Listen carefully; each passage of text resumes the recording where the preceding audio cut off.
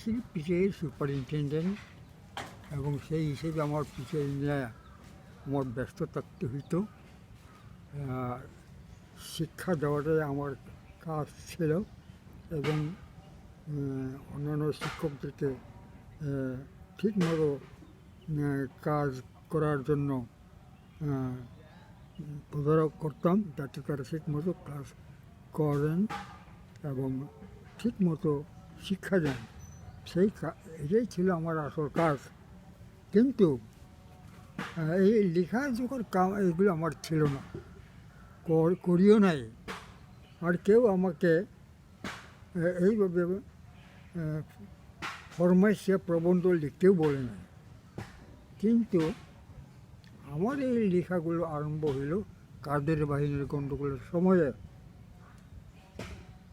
কারণ এই কাদের বাহিনীর গণ্ডগোলের সময়ে সরকারি লোকেরা এই এলাকাতে ঘন ঘন আসতে থাকে, এবং তারা হয়তো মনে করেছে যে আমরা এই কাদের বাহিনী গণ্ডগোলের মধ্যে আমরা যুক্ত। সেই জন্য আমাদের বোধহয় আমাদের ব্রেন ওয়াশ করবার জন্য হইতে পারে, হোয়াইট ওয়াশ করবার জন্য হইতে পারে, সরকারের লোকরা আমাদেরকে বিভিন্ন সভা সমিতিতে দেবার জন্য চিঠিপত্র দিত, এবং আমাদের যাইতে হইতো, কারণ না গিয়ে তো উপায় নাই, আমরা যেতাম। এইভাবে আমাদেরকে তারা পরামর্শ করতো যে এই বিষয়ে আপনি লিখেন, এই বিষয়ে আপনি লিখেন, এই বিষয়ে আপনি লিখেন। এইভাবে লেখার এই যে গারো জাতি সম্বন্ধে, গারো যে কৃষ্টি, গারো যে শিক্ষা, এইগুলো সম্বন্ধে লিখবার জন্য আমাকে তারা দিয়েছে, আর অন্যান্য জনদেরকেও অন্যান্য বিষয়ে দিয়েছে।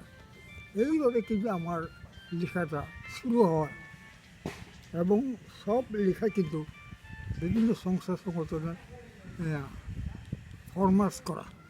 ফরমাসিয়া প্রবন্ধ।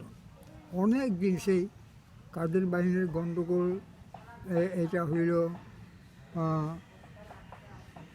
75 সনে আগস্টের পর থেকে।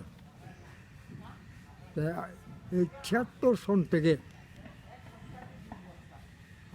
আমাদের এই সমস্ত সভা সমিতি যেটি হতো, যে 77 সনের পরে প্রায় মাঝামাঝির দিকে কাদের বাহিনী নেমে আসলো। অর্থাৎ ইন্দিরা গান্ধী যখন হেরে গেলেন ইলেকশনে, মোরারজি দেশাই আসলেন। এই মোরারজি দেশাই প্রধানমন্ত্রী হইয়া তাদেরকে আর ভারতে থাকতে দিলেন না, নামাই দিলেন। এইভাবে এই এলাকাতে শান্ত ভাব আসলো। এর আগে শান্ত ছিল না, শান্তি ছিল না। আমাদের দৌড়াদৌড়ি যাইতে হইতো বিভিন্ন জায়গাতে। ময়মনসিংহে বেশিরভাগ সময়ে ময়মনসিংহে আমাদের যেতে হতো। সে ছোটো বাজারে যে বাংলা দেশ পরিষদ, তারপরে ওই ইয়ার কাছে ডিসি অফিসের মিলনায়তনে, ওখানেও আমাদের যেতে হয়েছে অনেকবার। তারপরে ওই স্টেডিয়ামের কাছে যে পাবলিক হল এখন, সেখানেও আমাদের যেতে হয়েছে।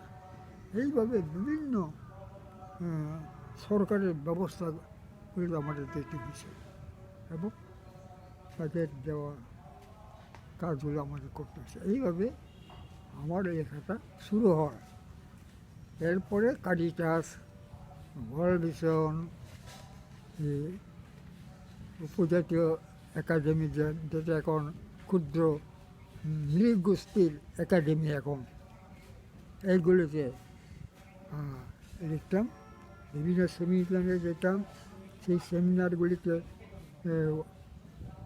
বিষয় দিত, সেইগুলিতেও এগুলো আলোচনা করতাম, এবং যেগুলো আলোচনা করতাম সেইগুলো লিখতে বলতেন, ওইটা লিখতাম। এইভাবে আমার এই অনেক দিনের কাছে কাজের বাহিনীর গণ্ডগোল থেকে এটি লেখা।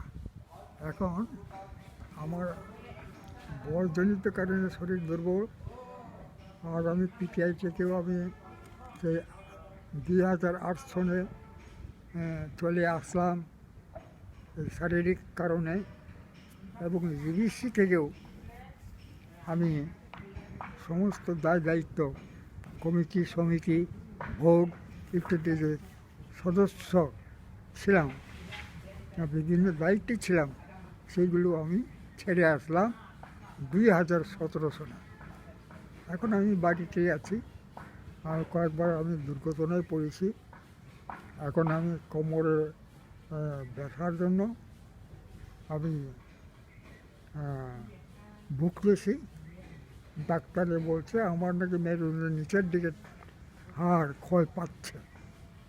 এই ক্ষয়জনিত কারণে এখন আমি চলাফেরাও দূরে যেতে পারি না, দূরে যেতে পারি না, যানবাহন চলতে পারি না। কারণ যেখানে রাস্তা খারাপ, যানবাহনে লম্পদম্প করে, সেটা আমার কোমরে আঘাত করে। সেই জন্য বাইরে যাওয়াও আমার এখন বন্ধ।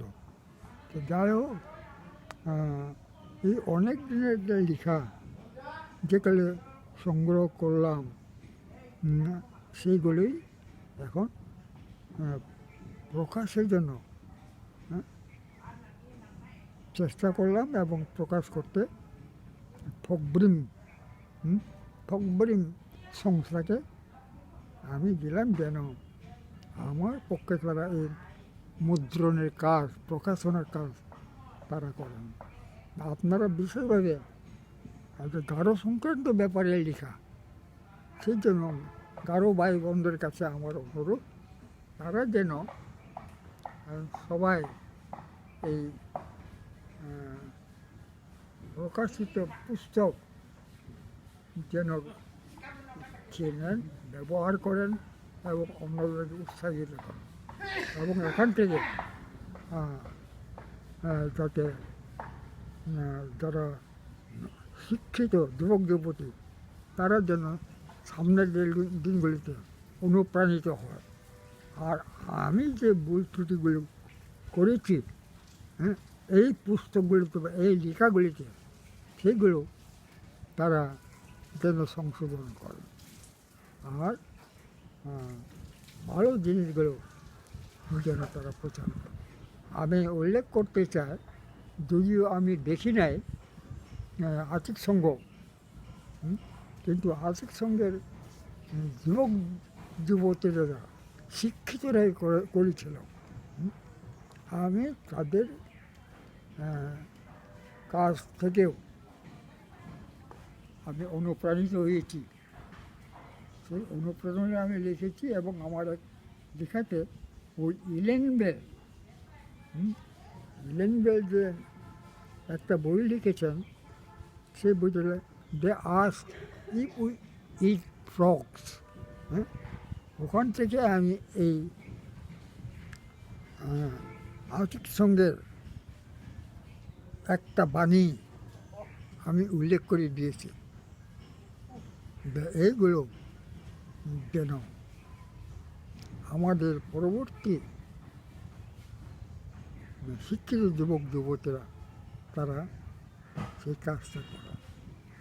এবং আমি আরও উল্লেখ করেছি যে শেষের কবিতা, রবীন্দ্রনাথের যে শেষের কবিতা, যে উপন্যাস আছে, সেখানে তিনি যে সংস্কৃতি কী সেটাই তিনি প্রকাশ করেছেন। সেটাও আমার লেখাতে উল্লেখ আছে যে বিদ্যাটা হলো হীরার পাথর, আর তার থেকে যে আরও বিচ্ছিন্ন হয়ে দীপ্তি দেয় সেটাই হইল কালচার। বিদ্যাটা হইল পাথর, পাথরের ভার আছে, অর্থাৎ বিদ্যা থেকে তো জ্ঞান পাওয়া যায়, সেই জ্ঞানটা জমা থাকে, কিন্তু জমা রাখলে তো হবে না, সেটাকে কাজে লাগাইতে হবে। আর কাজে লাগায় যে ফলটা পাবে সেটাই হলো কালচার। কাজেই আমার বড় ভাই বোনদের কাছে হ্যাঁ আমার অনুরোধ থাকলো যেন তারা শিক্ষালব্ধ জ্ঞান তারা যেন এইভাবে প্রকাশ করে গড়ে তোলে, এই কামনা করে আমার বক্তব্যটা এখানে শেষ করলাম। ধন্যবাদ।